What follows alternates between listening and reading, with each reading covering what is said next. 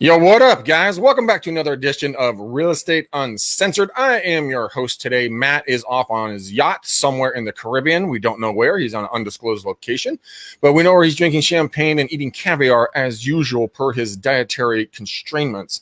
That wasn't really a word, but you know what I mean. But we have a great show. We have a great show for you guys today. We got Ronny Phillips here. You guys, we are going to talk about how to absolutely scale a multifamily in your 20s. This gentleman has accrued and a whopping amount of units, of 572 units he has under control right now and always growing. So it's going to be a great show. But first, I have to introduce my co-host, my ride or die homie, the evil bald ninja, Mr. Gene Volpe. Hey, bud. I like that. Yeah, if you could see me, you got to watch this video. I'm coming into the ring right now. I like the way you announced me today. That we should probably make that a thing. Gregors, how you doing, buddy? I'm doing well, man. I'm doing well. I was telling you guys off air that did you catch that? How are you? I'm doing good, man. Life is good. You know, we're crushing on our downloads on the podcast, launching a massive campaign with my buddy Jake Wolf, who owns a company called Clever Leads. We're going to launch an 18, almost 19,000 person campaign to really get some people into my sphere more here. We're offering out free pizza to anyone who wants to take advantage of it. So it's aggressive. We're going to start another massive campaign for EXP recruiting. So hold up. What? How do I do that? I want that pizza. Well, you just got to go order it from Primo's. It's going to be a long ass fucking delivery, but sure. Will they send it here to Philly or what? I don't know. We could try. But we know what? We got Ronny Phillips, guys. He's a returning victim of the show. He was on, I think Ronny, we were talking like maybe 4 years ago or something. You were the last time you were on? I think 3 or 4 years ago. Golly, man, time flies when you're having fun. But guys, Ronny is just an awesome dude. He's a young hustler, young Christian warrior out there just doing God's work and just crushing skulls. When I say doing God's work, he's amassing a massive catalog of units that he owns. But Ronny, introduce yourself. Kind of tell everybody where you're from, kind of what you're doing, and let's dive in kind of how you're just crushing it in the multifamily and you're only in your 20s. Yeah, so I'm Ronny Philip with Kingly Acquisitions.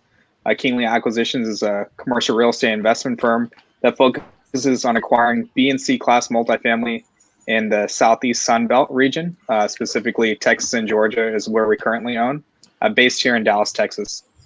Dude, that's awesome. Now, you were doing traditional real estate when you first got into it, right? Yes. And then what shifted you from traditional buying and selling, single family homes and condos and townhouses to just becoming a monster in the multifamily arena? I think the biggest thing for me, I learned a lot in the residential real estate space. One thing I found challenging was scaling to exit.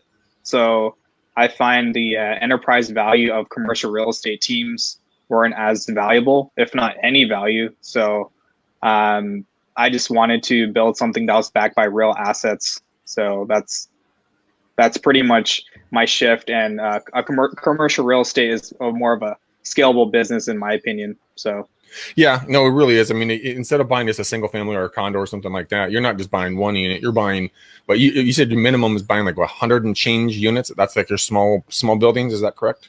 Yeah. We focus on 100 and plus units, large apartment complexes. We're not buying like fourplexes or anything like that. Anything under 100 units, we probably won't consider. Now, why is that? It's mainly because of the scalability. Whenever you have property management, you're hiring third party or have property management in-house, it's actually harder to manage smaller deals, you can say, anything under 100 units. So I actually like 200 plus unit apartment complexes. I think those are the perfect size to have staff to really maintain and help, your residents with a better quality of life. So for example, 100 unit apartment complex, let's just say I bought a 100 unit deal. You can have a leasing agent / property manager, and then maybe a part-time maintenance person. That's all you can really afford with the income that comes in. But on a 250 unit apartment complex, you can have a property manager, a leasing agent, and then 2 maintenance people. Interesting. So I don't think I've ever really thought about it like that. Most mindsets when it comes to, buying and selling real estate, and especially multifamily, is like, you can handle a 2 to 4 units. You still get the residential, residential loans. But it's easy to handle. And you're saying it's completely opposite. You're like, it's more of a nightmare to do 2 to 4 units. And the 100 plus, 200 plus unit buildings, you have people that you pay that are staffed that take care of all the issues. You just basically collect checks. I mean, I'm obviously simplifying that massively, but break down the whole process from, let's say that, because I know there's a lot of people watching right now. There's going to be a lot of people that's going to watch this on the replay and on the podcast. Walk me through that transition. What did you just like make a decision one day? You're like, fuck it, dude, I'm just going to go do multifamily. Or were you kind of talked into it? You guys saw someone being really productive with it, and you're like, I want to be like that dude. How did this take place? Because I know people are going to want to do the same thing. Yeah, of course. So I think it all started back in high school. I read a book called Rich Dad Poor Dad, and it talked about multifamily and how scalable it was. So originally, when I got into real estate, my intention was to always be in the commercial real estate space. But as I got into the business and whatnot, people told me do residential first and then go into commercial real estate. That's actually really poor advice, because it's a really hard transition, and it's harder to transition, right? Mm-hmm. What do I mean by that? Like, the skills you build in residential and the network isn't really transferable in commercial real estate. So my end game has always been owning deals, and investing. So that's why I created and started Kingly Acquisitions, because I wanted to create a platform for investors to invest alongside with me as I take over these properties. So the transition from single family was definitely tough, but I made a decision, this time 2 years ago. No, it's been since 2017. I started June 2017. I started Kingly Acquisitions, and I was just like, I just need to go all in on that. I didn't feel a strong end game in residential, and it's worked out pretty well so far. So what you're telling me here, and Gene, stop being creepy and not saying anything. I'm taking notes because I got about 55 questions because I know where I'm going in this one. So. Okay. Well, let me get one more question in, then I'll let you take the helm. So what you're telling me, Ronny, is that if you were to rewind time, you would not have listened to the people that were saying, hey, get into residential first and then make the transition. You would have gone right into multifamily and really kind of just honed your skills there, cut your teeth in that side of the business, not even messed around with Mr. and Mrs. Seller or Mr. and Mrs. Buyer, right? Yeah, absolutely. And I think, God places us in certain situations and paths for a reason. So I'm definitely grateful for, getting into residential. If I were a brand new person wanting to get into commercial real estate, this is the advice I would give people that will literally save you years of your life. So first thing, find out which asset class you want to be in. Specifically for me, I want to be in B and C class workforce housing, or what they call attainable housing these days. So these are, apartment complexes built in the 60s, 70s, 80s, generally speaking, $800 to $1,200 rents, where most of America actually lives in, right? These are not class A, high rises or, core plus product, right? So what I would do is I'd actually get into some sort of role as either a broker, which everyone in commercial real estate, you call everyone a broker, even though they're an agent. Don't ask me why, I have no clue. Yep. But get in as a broker, maybe start off if you're a younger guy, start off as or gal, start off as an analyst, work for some sort of team, learn the business, then get into the investment sales side, right? So you're building transferable skills, right? Let's just say you're an analyst, you're learning how to underwrite deals. Then you become an investment salesperson. You're learning how to develop relationships with owners, right? Which is the end game to buy deals. You need to know owners and you need to know brokers, right? And then going from there, you can actually build a nest egg, because commercial real estate brokers, they make a respectable amount of money, right? You do less deals, but actually make more money. So that's actually less stressful than selling like 50 homes and residential, right? Really? You could probably do 4 to 8 deals and make a significant amount of money. Yeah.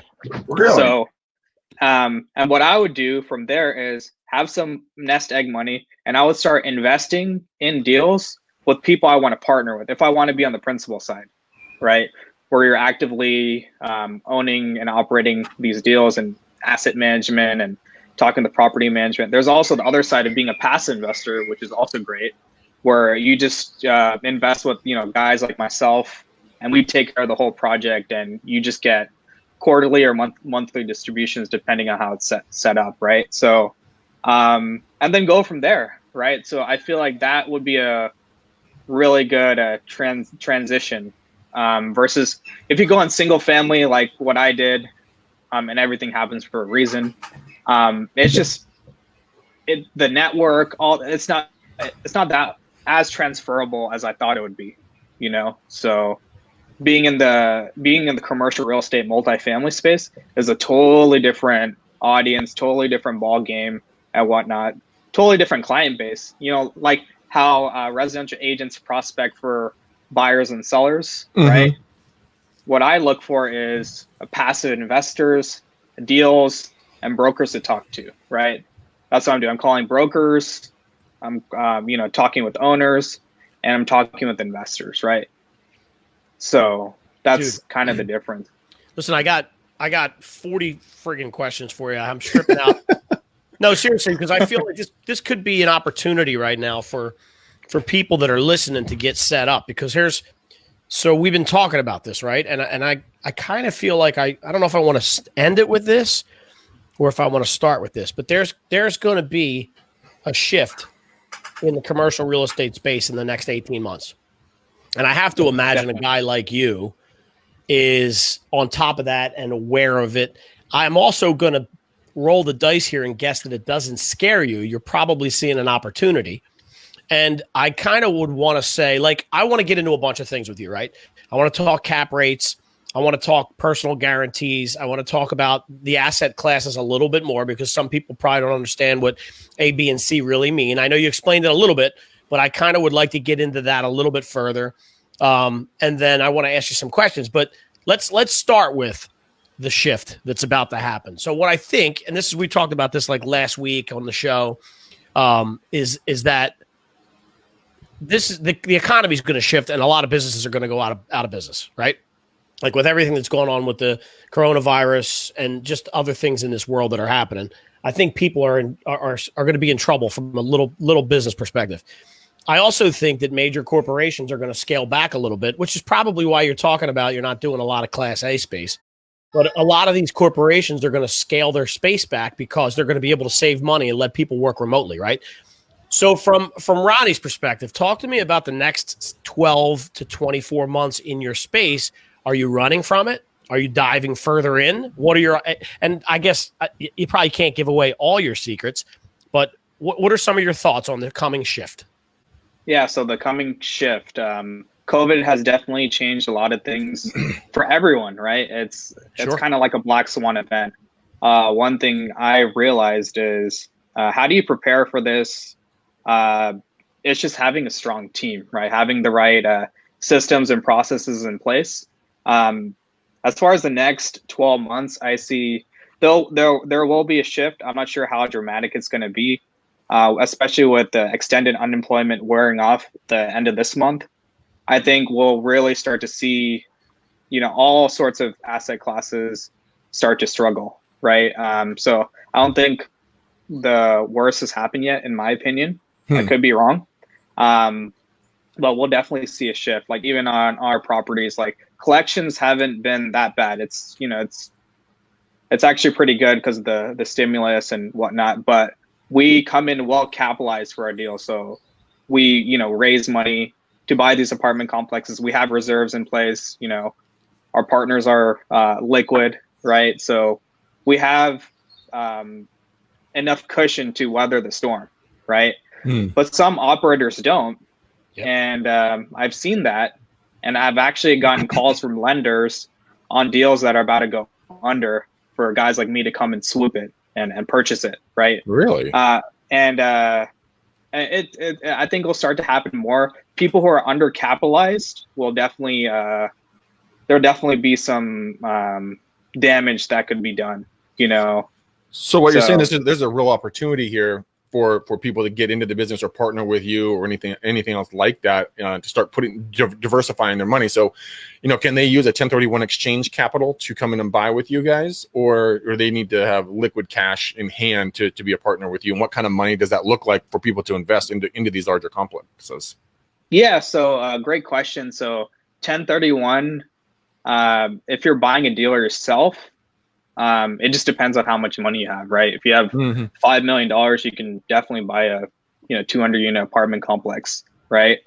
If it's like a smaller amount, generally no. There's different ways, tenant in common structure, and that's like a whole different show. But generally speaking, for people to be a part of the deals I do, it's generally 75 to 100 grand minimum, and obviously you can do more. And it's a fairly easy amount of money to generate if you're going to be in these spaces. And with that type of money in, what kind of returns are you looking at? Are you looking quarterly, annually? What are you looking at? Yeah, so I'll give you a breakdown of what we look for and what we project for our deals. And obviously, there's no guarantees or anything like that. But generally speaking, we like to target deals. These numbers are net to investors, so keep that in mind. 8 to 10% cash on cash. And we do a structure called a preferred return. So what a preferred return is, let's just say a property is cash flowing 12%, right? Net after debt service and all that, right? And after all expenses, right? So how it's structured for passive investors is the first 8% goes directly to the limited partners or LPs or passive investors. And then anything above that is split 75-25, right? So there's 4% left, 75%. Or 3% goes to the passive investors, and then 1% comes to us as general partners, right? So passive investors are making 11%, and then we're making 1% of that on top of the 11%. So it's 11 to 1, right? So that's how the structure is generally on my deals. Obviously, it can change from time to time. There's straight split ones, but we generally do preferred returns. And as far as like an overall return, we're targeting to exit and do 100% return in 5 to 7 years is what our criteria is. But if we can actually exceed those returns sooner with the sale or refinance, we'll do it. So and whenever you invest passively, it's pretty much completely passive. Like how does that process look for a passive investor, right? So obviously you need to know the sponsor or the general partner, a guy like myself, Kingly Acquisitions, right? Have a pre-existing relationship with them, right? Hop on a call. We go through your suitability as far as if you can invest with us or not. And then we go through a process, and then we start sending deals and whatnot, and we'll host a webinar, right? And then, that's the money raising process, right? And people will invest or they won't, right? And generally, our offerings fill up pretty quickly, which is a huge blessing. We have a lot of people that have invested with us over the years. So that's kind of the process as far as investing. And the cool thing is, like, when you invest passively, like say, Greg, you invested in one of my deals, right? You're getting monthly reports, generally speaking, you can see the financials, different reporting, different metrics and stuff. We communicate the good, the bad, the ugly. No deal ever goes as planned, good or bad, right? So it's all about how you communicate. And then it could be either quarterly or monthly distributions, depending on which person you invest with. Interesting. And you said that the minimum in was about 75,000 is your minimum in, right? Yeah, generally. So we have a question. I would say generally speaking, it could be anywhere from 50 to 100, but our deal sizes are relatively large, and there's certain restrictions. So I'll give you the deal structures as far as how things work. So there's a 506B offering is for open to accredited and non-accredited investors, right? And what that means is an accredited investor is someone who makes a single person who makes $200,000 or more the past 2 years and are going to reasonably be expected to do so, this year, or a married couple is 300,000, or has a net worth of $1 million or more. So that's the 3 criteria and stuff. And you have to have a substantive pre-existing relationship with them, right? And a 506B offering, you cannot advertise to the public. So a 506B, that's like SEC regulations and stuff, right? So, but on a 506C offering, let's just say I have a 506C offering, this is for accredited investors only, but I can publicly advertise. So what does that mean? I can go on Facebook, Instagram, anything like that, advertise that deal, and I can take on investors that way, right? So those are the 2 differences. On a 506B offering, there's only 35 spots for the sophisticated non-accredited investors, right? So, and that's why those spots fill up fast. Generally speaking, most of our investors are accredited, but we do have a good pool of investors who are non-accredited. So it's just making sure we have that relationship first before they invest. So those are kind of the 2 offerings when it comes to multifamily investing. And the cool thing about it is there could be potentially some tax benefits as well. Definitely have to check with your CPA and what your status is and whatnot. I'm not a tax advisor or whatever, but there's something called bonus depreciation, right? Where it can offset either your passive income, right, or your active income if you're a real estate professional, right? So you have to check with your CPA on what your status is and see how it benefits you, especially if you have offerings coming in. But it could be a good strategic move, Yeah, it sounds like it is. And Gene, you got a ton of questions. I love the one you had about cap rates. What other questions do you want to jump in with Ronny? Because he's just obviously a wealth of knowledge on this, and a lot of people are gonna find this very valuable. So choose wisely, Gene, because you are responsible at this point for everybody's education. So don't ask dumb questions. Listen, I'm okay with that. And I'll tell you, I dabbled years ago a little bit in the commercial real estate space from afar. So I got a chance to watch it from a brokerage level. This much I can tell you. And I think Ronnie's alluded to this already, but I don't know that there's a more of a, it's not what you know, it's who you know business than commercial real estate. And like Definitely. He was talking about, you need to know the lenders, you need to know the investors, you need to know the other brokers, because when a 12 cap comes up, shows its face, Ronnie needs to get that phone call first because everybody's buying it, right? Like there's not going to be anyone on the earth that goes, nah, we're not interested in it. So there's no 12 caps right anymore. Right. Well, so that's perfect segue, right? Now, that might not be true in 8 months, right? So explain, maybe I should take it from this perspective. What do you look for? What are the top 3 things you look for when you go to purchase a multi-unit? And then, and where does the cap rate fit into that list? And then could you kind of dive in and explain at a real low level what a cap rate is for maybe people that don't get it? Yeah, so a cap rate is a capitalization rate. So pretty much what that means is if you're buying a deal cash, that's the type of return you should expect on a cash basis, right? So and cap rates are market driven, so it varies by the market. So cap rates in Atlanta versus San Antonio versus Dallas on the same product could be a lot different, right? And that affects the value a lot. So beautiful thing about cap rate in commercial real estate, right?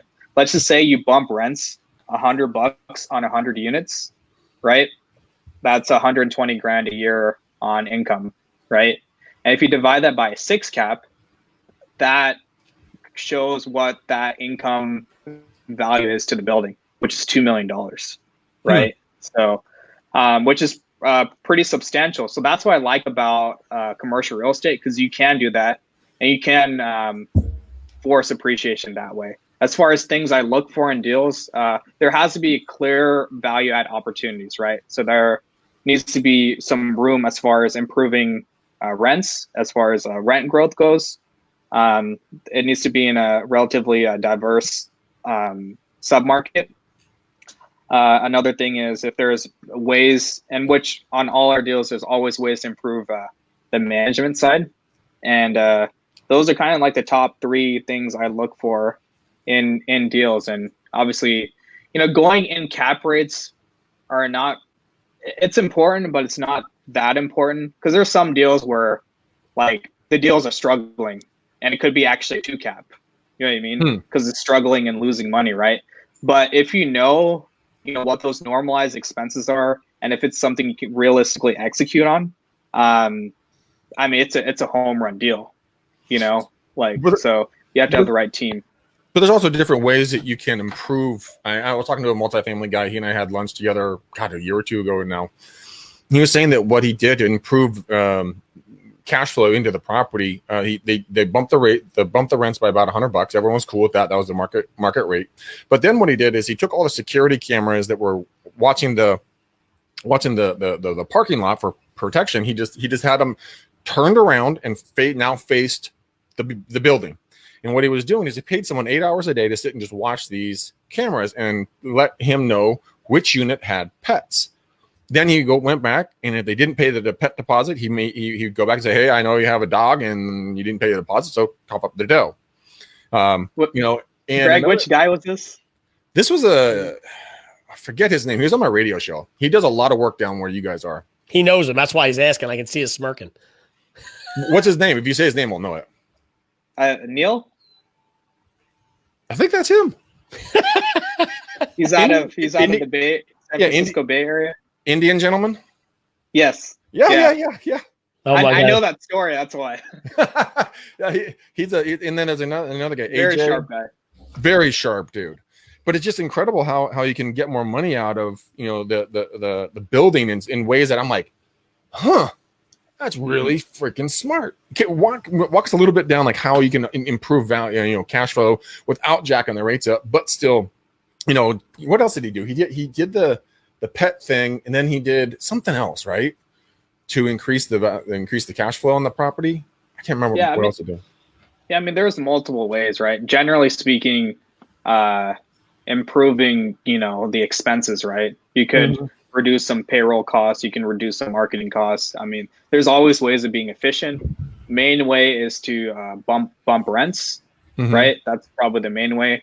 And turning those units that haven't been upgraded from classic to, upgraded units. Another way is there's extra income, right? There could be laundry. There could be covered parking, reserved parking, pet rent. Pets pay rent, right? $15. You do that times, however many pets are there. I mean, that there's always ways to increase value, but I think you shouldn't bet your pro forma on extra income. So that's like one thing, because there'll be brokers on like a C-class property here in Dallas. They're like, yeah, if you add a dog yard, you can charge an extra $75. I was like, no, you can't. So, no, you can't. You liar. So you have to see what's realistic as far as what to put on the property and tailor it to that demographic in the area. So interesting. Gene, I will stop stepping on your toes. Continue with your question. No. They're very pertinent questions that line directly up with what we're talking about. I mean, I think if people walk away with the idea that this is doable and it's something that they're interested in getting in, and they have a couple real world questions answered, that's a win for everybody, right? So let's get into the asset class a little bit more. Do me a favor and tell me what A, B, and C is, like I'm a 4-year-old.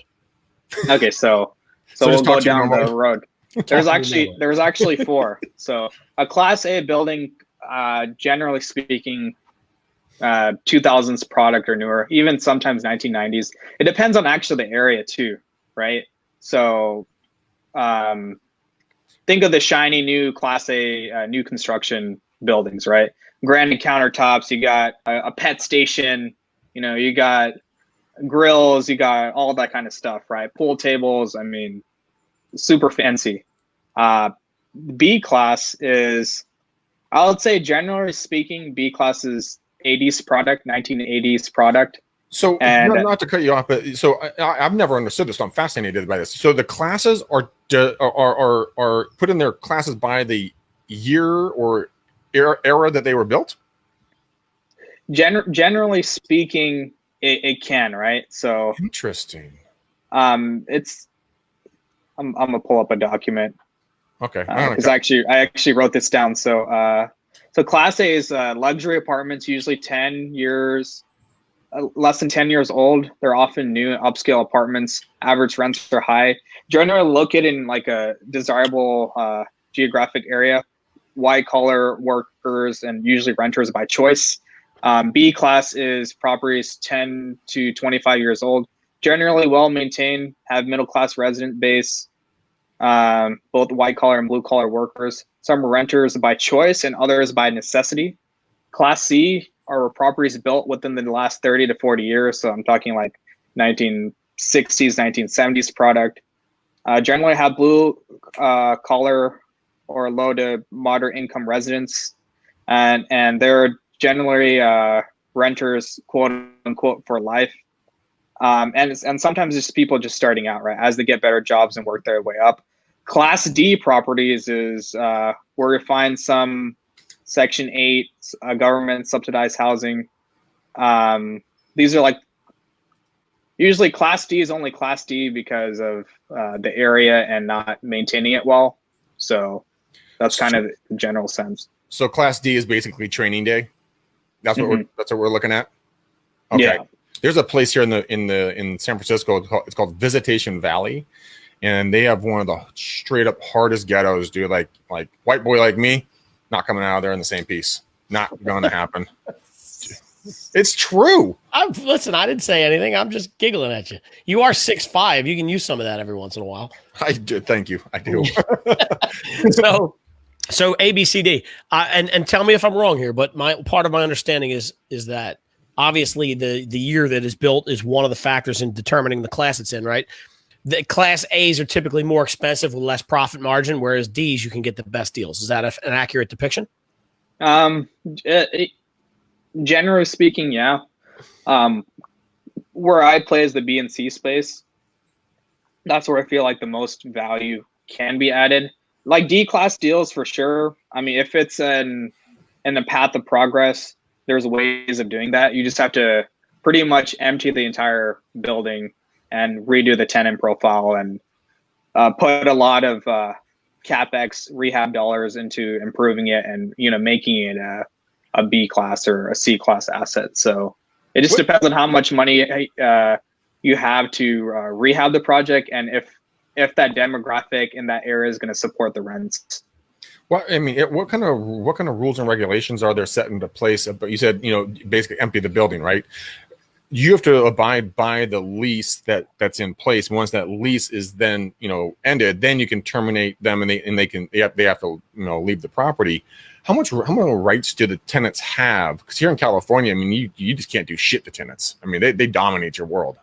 Yeah. So, I focus on areas and sub-markets that are more landlord and business friendly. So, Texas and Georgia. So it's relatively easier. And it can take a process. It's not like we can just kick everyone out, right? As their leases expire, right? You can say and upgrade the units, right? And charge premium rents, and that naturally can weed things out. So yeah, you just have to be I don't invest in California, although I would love to. I think California is a great state. It wouldn't, it would be a lot different of a process. If that makes sense. Yeah. Yeah. So let's talk a little bit about private versus public money, not public money, but bank and like personal guarantees, things along those lines, commercial loans, construction loans, like, when somebody's buying a residential space, in a lot of cases, they're using regular, bank loans, right? Your FHAs, your VAs, all that stuff. The commercial space is a little bit different in that I'm sure you already mentioned it. There's probably a ton of money that's all private investors. When we talk about institutionalized money and you talk about a class B or C, and you're talking purchase versus not versus, but purchase, and in addition to construction loans, how much do you these days do you have to personally guarantee it? Like if you went out and bought a 10 unit, is your name behind that right now, or have you built enough cachet and clout to have the bank's loan just on the entity by itself. Does that question make sense? Yes, that makes sense. And great question. So we'll talk about debt first, and then we'll get into equity. So on the debt side, we use an agency debt. So this is Fannie Mae or Freddie Mac, and it's non-recourse debt, right? So there's not really personal guarantees, right? But there is bad boy carve out, so like fraud or any sort of thing like that. It can become a PG or personal guarantee really quick, right? So as far as the debt side goes, they're on the bridge loans, which is short-term loans. It's pretty much called a hard money loan for an apartment complex, for our single family audience, right? So that those have a non-recourse component, but there's also ones that have recourse as well. So I think it's just understanding the project, and in commercial real estate, as long as you have a track record, it's relatively easier to get loans. I think it's actually easier to get a loan for, $20 million apartment complex than it is to buy a home. And as long as you have the track record of, hey, you've closed deals, like I've signed loans with Fannie Mae, for example. I've done bridge loans and different things like that. You start to get a reputation in the lending community and stuff. So that actually helps. And the more deals you do, with those, certain lenders, the better terms you can get and whatnot. So generally speaking, that's the debt side. Have you guys ever used, are you in the practice of using equity from other buildings to collateralize the new loans? No, you don't. So as far as like, you do have to have a net worth that covers the loan balance or the loan amount. Let's just say it's a $10 million loan. Key principles, which is so-called KPs, like that's the net worth, and you have to have liquidity requirements too, which is generally 12 to 18 months of the operating costs.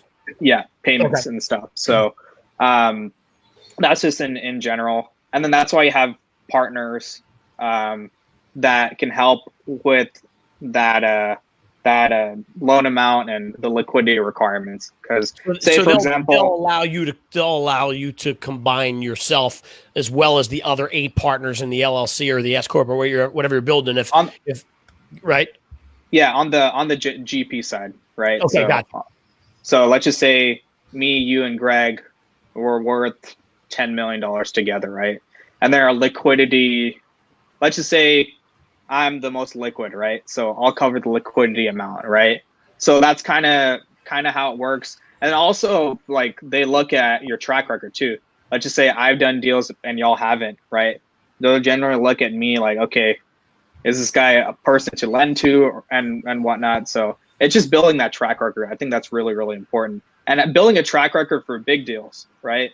So my smallest deal is 152 units, and I've done 200 plus unit deals, right? So generally speaking, like that's how you build that track record, right? Oh, right. He's closed big deals and whatnot.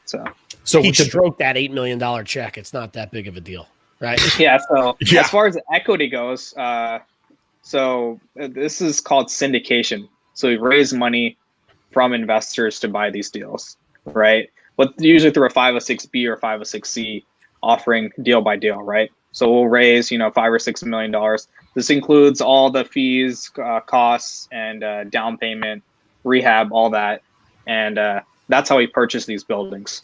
So it sounds like this is, now I'm listening to you more and more. This sounds like it once you learn how to do this, the process the right way. Is there education? Are there courses? I know there's certifications like the CCIM, stuff. Mm-hmm. That's I took about half a day of the CCIM and I got up and walked out of that class. I'm like, nope, not for me. Because my brain doesn't work like yours. It's just way too much math involved. I can do 2 + 2 = 5. I get that right, but how would someone get this? Someone's sitting there going, dude, this guy Ronny's just crushing it. Where do they start? Walk us through that process really quickly, because we got about 10 minutes left here, and I want to make sure people know where to begin. Yeah. So if you're looking you have to see which side of the fence you want to play on, right? Do you want to be a general partner, a principal, like what I'm doing? I'm the one putting together deals, raising the equity, signing the loans, all that. Or do you want to be a passive investor, right? So first is get clear on that. As a passive investor, you just need money and be pretty educated to invest, right? And that's relatively easy to do, like listening to podcasts like yourself, talking with other owners. I mean, it's relatively easier to get educated. As far as becoming a principal, it's a lot harder. So I think you have to find people you can partner with, especially on larger deals, that will work with you. And you have to find tangible skill sets. There's tangible skill sets in being a GP, general partner. There's net worth, there's liquidity, there's track record, there's asset management, there's construction management, there's raising equity, due diligence, underwriting. And those are some of all the components, right? Just find 2 or 3 pieces that you're really good at, and then find partners who can complement it.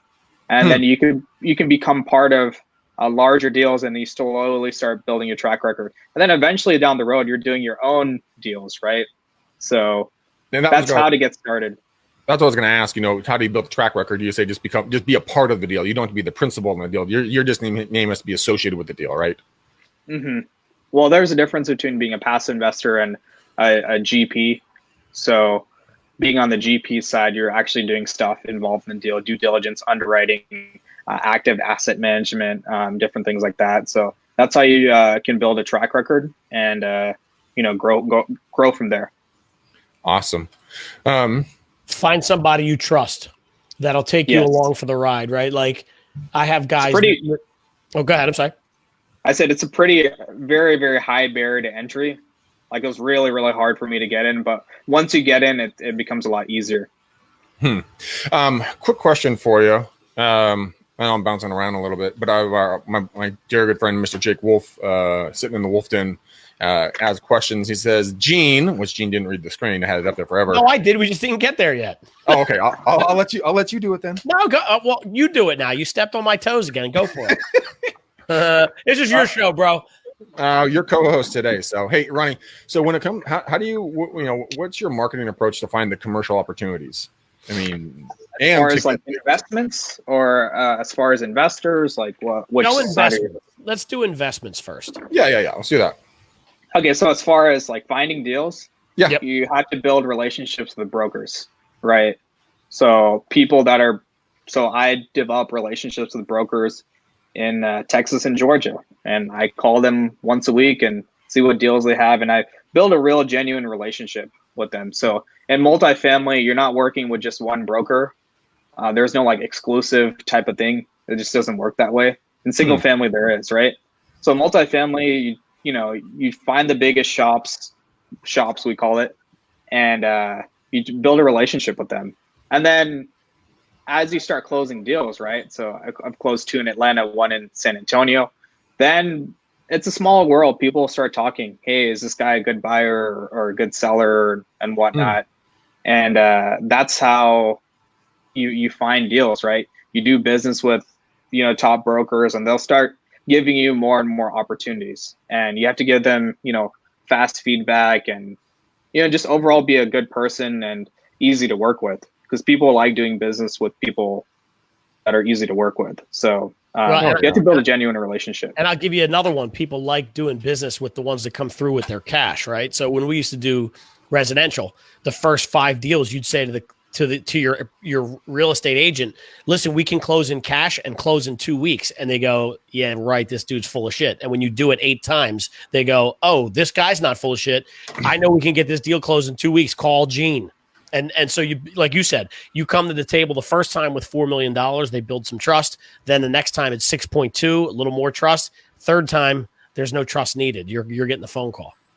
Yeah, and it's building a track record in the markets you are in. Like it's generally easier for me to do deals in San Antonio, Atlanta, because I already have a track record there. Right. But if it's like a brand new market, it's a little bit more difficult. But track record and talking with the brokers and even getting broker referrals, right? Let's just say I do a deal with a broker in Atlanta, and I was like, hey, introduce me to the guys in Phoenix, for example, right?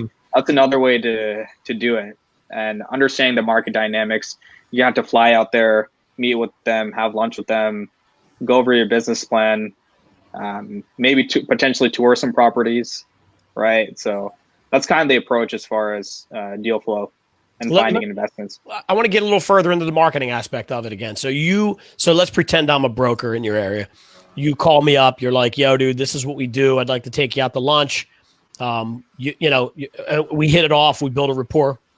Maybe you follow up with me every week, every other week, every month, whatever. Are there any other marketing tactics you employ that you would be sending me? Like, are you direct mailing the brokers? Are you just friending them on Facebook and hitting them with information? Like, what is there anything else besides those phone calls and the lunches? Yeah. So besides phone call and lunches, it's building a genuine relationship with them, and becoming their friends, right? Finding ways to help them grow. And, so we host meetups, right? Which are like in-person meetups. I generally have, 80 to 100 people attend pre-COVID in person. Right. So I'll put them up on panels, right? So that gives them a platform to speak. And I do that with, lenders, just like how it is in residential, right? And that's how you can add value, right? So those are some other ways. So it's purely relationship based. I mean, there's you're not doing the postcards, you're not doing the fancy Facebook ads, you're not doing anything that residential is told to do. It's straight up old fashioned, palm to palm, belly to belly, eye to eye, sitting down, finding value. If I know that you like, the Houston Rockets, I suck at sports, but whatever. You like a certain sports team. That was right. Good job. Josh. What team's in Dallas? I don't even. Dallas Mavericks, Cowboys, Stars, Texas Rangers. Oh, gee, okay, any of those. Let's say you like the Rangers, right? Baseball season. And just like, hey man, I got 2 extra tickets. I can't make it. Would you like them? Just literally like treating them as a friend, not as a client or something you're going to get from, right? You hit them up like, hey guys, want to go? A couple of the guys and I, we're going to head out on the boat and drink a couple of beers, get a sunburn. Do you want to roll? Yeah, let's do that. Why? And Gene, maybe you can help me with this one. Why do real estate agents not understand that basic concept? We have to be so fancy and do all this marketing when it be like Ronny, who has 572 units under control, and he's doing that through relationships. Imagine what you could do in real estate instead of trying to do the Facebook ads. Do a Facebook ad for a lunch meetup. Like, hey, I'm buying lunch. I'm taking 3 other people. Who wants to go? I think that part of it's easy, right? Like and Ronny said it up front. It's easier to do one. Well, I don't want to say easier. Easier is the wrong word, but you get what I'm saying. It's easier to do one commercial deal and make a shit ton of money than it is to do 50 transactions at the residential level. Mm-hmm. So I got to go out and make 50 relationships with real estate agents so that they get me X, Y, and Z once per agent. Whereas he goes out and makes that one meaningful relationship with a broker, and that could be a $4 million deal. Like I think the really good agents are the ones that have a team, and when they have the team, the agents are the ones that are the guys that run the team, and the girls that run the team are the ones out there kissing babies, shaking hands while the transaction work is being done by the other agents, right? Like I think the best ones in the business are the ones that are on stage talking to people, mingling, going to lunch, playing golf. That's kind of what I see. You know what? The funny thing is that if I'd ever listened to my father, which I should really start doing more of, he's always told me, like, Greg, don't worry about this fancy stuff. Just go out there and take 3 other people to lunch, take 3 other people to breakfast, sit and grab coffee with people, build the relationship. Like, I'm not going to do that. But in reality, that is what it is. It is something that I think in reality, Ronny, you're doing a masterful job. And you're showing folks that are, dude, I'm double your fucking age. Okay. You're showing me twice your age going, hey, dum, go make a friend, be a human. Be interested in their life. I had coffee with a good friend of mine last Friday. Her name's Maria, and I hadn't seen her in years. Helped her buy our house like 4 years ago. Haven't really talked to her. And we went down, sat down, got coffees because I just sent her a message on Facebook and said, "Hey, how's life?" And she's like, "Oh my God, why did you contact me? I was going to contact you." I'm like, "Oh, just the way it is." But I think it's great, All right, two things now. We're going to close this out? Yeah. All right, so I'm going to put Ronny on the spot twice. We're going to bring back our segment called Splain Yourself, right? Right. And so what this is where I go and scrub the social media. And this was weird today because for some reason I found this picture on your Facebook page from my phone, but I can't find it from my desktop. So I'm going to share it by showing it to the screen. Right. So I want you to explain this. And, but first, well, Gene, you can share your screen and I can add it up so that everyone can see who's watching live with us. Well, it's on my phone. I'm going to hold it up to the camera. You'll be able to see it. But what I want to do is tell you where I'm coming at you from the second one, and that is a big mistake that you've made and how to avoid that moving forward. So I'm going to show you this first because I want you to be able to think about that. Like, give us a mistake you've made without obviously putting everything out there for people to see. I don't want you to air dirty laundry, but in the business you're in, is there something that after I show you this picture, you would say to people, yeah, don't do this. But explain yourself on this photo. And I picked it out for a reason. Can you see it okay? Lift it up. Okay, stop. It's a little blurry, but okay. That's one of my friends. He's in storage. So I met up with him and had a good day. So all right. So hold on.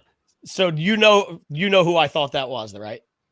You thought it was Conor McGregor? I thought that was Conor McGregor. This dude looks dead. First of all, he's jacked, number one. Second of all, he looks exactly. I'm scrolling through your feed and I see pictures of you with like Damon John. You're at the Tony Robbins events, the UPWs, and I see this and I'm like, oh, this must have been an event. That's not Conor McGregor. No. That's insane. I legit thought that was Conor McGregor, and I'm an MMA guy. Like, I love it. And I was like, let me get the story behind this. So, Greg, maybe we have to drop this. I screwed that whole explain yourself up. No, that was actually hilarious. Yeah. I thought, because I mean, you were so shocked. That's what made it so awesome. What? Like, you're so I swear to God, I don't believe Ronnie. I'm telling you right now. I think Conor. I still think it's Conor McGregor. So the second piece of that then would be a mistake that you made that maybe we can avoid if people are thinking about getting into it, something stupid maybe you did or whatever. A mistake I made was going into residential real estate. I was gonna say that. I was like, he said it. I mean, and listening to people who haven't done commercial real estate, you can't take advice from people who haven't done it or who are not actively involved. So, like if someone tells you like get into residential first and then do commercial, don't listen to them. Yeah. And Greg, one other thing he said up front too that I thought was interesting, and I kind of giggled, but we moved past it. Everybody that we've ever talked to that's successful in real estate has always had one book that they started with, and that was Rich Dad Poor Dad. Yeah. So if you really haven't read that book by now, I mean, I don't know what you're doing in the space, but you certainly should go back and maybe reread it or pick it up and read it for the first time, because that's actually how I got started in this, 12 years ago, by reading that book. That's what they told me. And it's crazy. It changes your thought process when you're not in that space. So go back to that. I think you should pick it up again. That's interesting. I haven't read that book in a decade or more. I should probably go back and reread that one. Absolutely. Yeah. Ronnie, where can people get a hold of you? Kind of give people, email, phone number, whatever you want, so that people can reach out and, talk to you, pick your brain, get involved with you, invest with you, partner with you, whatever. Yeah. So best way to reach out to me, Facebook, Instagram, LinkedIn. Those are probably and YouTube. Just search Ronny Philip at Ronny Philip. I'm sure you'll put in the show notes as well. And if y'all want to learn more on multifamily investing or want to potentially invest with me and just have a conversation, right? No pressure guy. I'll always, give you straight upfront advice and share my experiences. You can say, just message me on any of those platforms and we can get a time set up. So, all right, awesome. So it's guys, that's RONNY for Ronnie, not IE. So go ahead and hit him up. We're gonna have him back again, Ronnie. I mean, we didn't even scratch the surface. I mean, we went over broad strokes here, but I mean, maybe next time we have you on, we'll walk through a deal structure. Kind of what people, kind of what to look for, hidden costs, hidden, pitfalls that people might have an issue with, not know that they exist. Because I know a lot of folks are like, oh, I can go buy this. Like, no, you can't. Like, you don't know about blah. So, Gene, where can people get a hold of you? I've stuck by this for the last 3 years, so I'm going to stick by it again. GeneVolpe.com. It's right on my thing there.